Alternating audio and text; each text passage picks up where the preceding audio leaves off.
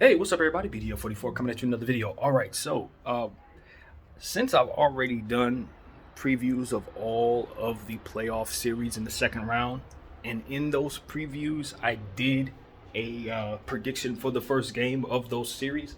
I didn't think it made sense to then go and do another game one of these two series that are coming up today. Um, Doing a prediction that you already know about. But I could give you some playoff thoughts just in general in regards to these two games. So let's do it. Phoenix and Dallas, they're going to play their first game, as we said. As you guys know, I've picked Dallas to lose this series. Phoenix is going to probably win it somewhere within 5 or 6 games. I think I said 5.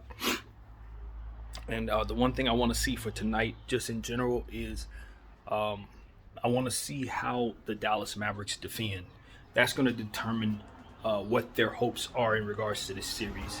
Scoring the ball is something that's going to come and go for the Dallas Mavericks. They have inconsistent scoring, particularly from behind the arc. Even though they're really good, they tend to come and go.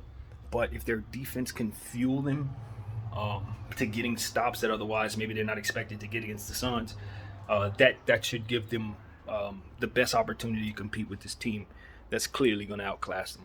So if they come in with an intent on defense, obviously, if you follow the Dallas Mavericks, you understand that they've had some really interesting team stats throughout the season. They've had a really good year where they didn't play bad defense. They were a good defensive team for good pockets at a time.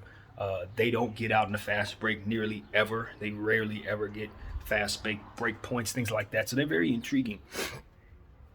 I look at a player like Brunson, who, as we've talked about many times, finds himself in sweet spots, scoring the basketball close to the bucket.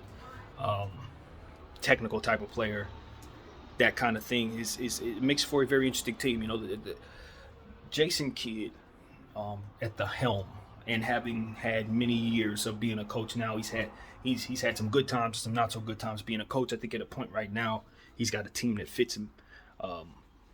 Being in the championship situation as an assistant kind of gave him a little more experience, taking what he had already learned from his previous situations in Milwaukee and Brooklyn, respectively.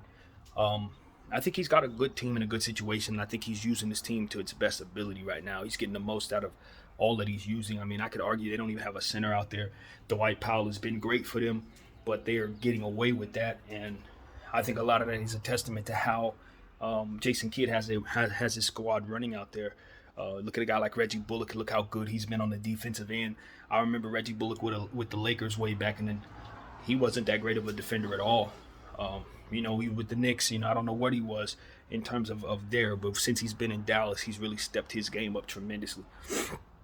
I didn't even know Maxi Kleber was a good defender until I saw him out there running around for the Dallas Mavericks in these playoffs, and I realized, they have players that can help them that otherwise don't look like they would be able to on the defensive side of the ball. So that's what I'm paying attention to. I think Dallas has proven themselves to be a much better defensive team than you would think if you just look at them on paper. And I think that can translate to good sequences in the series. Now, will it win them games? I don't know. But what I can say is if they play good defense, they'll be happy with their effort. They'll be definitely happy with the result of what comes with that. So that's what I wanted to say, just paying attention to Dallas defense. So yeah, that's one thing. And then as far as the other situation, you're looking at the Philadelphia 76ers trying to come in without Joel Embiid. Unless some news comes out that he's able to go, like I said, mask Embiid makes sense to me. I expect him not to be out there, and that makes for a trap game one. That's a trap game one. Now, I did pick the Miami Heat, I believe, to win this game, but as I look at it on its surface, I would say the Miami Heat need to be very, very careful because the Philadelphia 76ers have been playing well. And when I mean the Philadelphia 76ers, I mean without Joel Embiid, the other guys are pulling it together. Now, thing is, have they had to play without Joel Embiid? I have to think back. I don't think he's missed games in this series at all. But what I'm saying is they've held their end of the bargain up with the production that they're supposed to be providing. Now the question is, can they provide that production without him on the floor? It's going to be harder to play defense. They're not going to have that rim protection. It's not going to be easier to get second chance points. All those easy buckets that he gets, they're going to have to make up for. And with him not being a big target to draw defenses to him, that those defenses are going to be targeting in on the James Harden, Tobias Harris, and Tyrese Maxey. The good thing about it is, though, it's 3 of them. Like, they do have 3 legitimate weapons that if you just get them like if they had Andre Drummond right now, I'd feel good about them. Like if they somehow could have kept Andre Drummond, had him playing big starters minutes right now, and then trotted out there what they're going to trot right now, I'd still feel, I mean, I don't think I'd pick them to win the series, but, you know, I wouldn't say they're falling off in terms of my expectations. They should be able to win 2 games in this series, you know, if they were to just get a decent center out there. So with that being said, it's going to be tough because it's all about Joel. You know, the whole system is built around him. Everything that they do is built around him. He anchors both their offense and their defense. So the adjustment is going to be substantial, and I'm just wondering if that will play into Miami's hands in an otherwise trap game situation. So it's gonna really be about how they play the glass without Joel. How are they able to, you know, can Tobias Harris, guys like Danny Green, you know, as a team, can Maxey, can they get rebounds? You know, I want to see Maxey, especially if Joel Embiid isn't on the floor. I want to see him crashing the glass. I want to see him getting in the mix with the trees and getting the ball and pushing it. Because if he gets the ball and he pushes it, suddenly you got a situation where you're really putting pressure on that Miami defense to get back and move. You know, with Joel Embiid, the defense doesn't have to be at a certain pace because he's just a big body. He's going to be able to push people around, whether you're playing the half court or the full court, fast court, whatever. He can play any style because of his skill set. But when you move him from the game, now you have the ability to play faster, you know, and that's what I think Philly should try to do. Push that pace and give yourself, see what that does for you. Now, the problem is Miami can run with you. It shouldn't be a situation where you have an advantage in that situation. They could run with or without Bam. So there should be no reason why the Gabe Vincents and Oladipos and those guys can't keep up with a fast-paced Philly team. But you gotta put that pressure on them to do so. I think it's what the Philadelphia 76ers got to do. You gotta put that to the test. Because if you can't play slow if Joel's not on the floor, you will definitely not have the advantage in that situation. So I like the idea of James Harden and Tyrese Maxey playing at a fast pace. I think James Harden liked being under Mike D'Antoni, and I think that's kind of how this has to be simulated in a way if Joel is not on the floor. You kind of want things to run through James Harden and Tyrese Maxey, and you want Tobias Harris to continue basically doing the same thing he's doing right now. That's hard, though. It's hard to do without Joel on the floor. It's hard. So we've already discussed why that is. The defense is just going to tone in on them.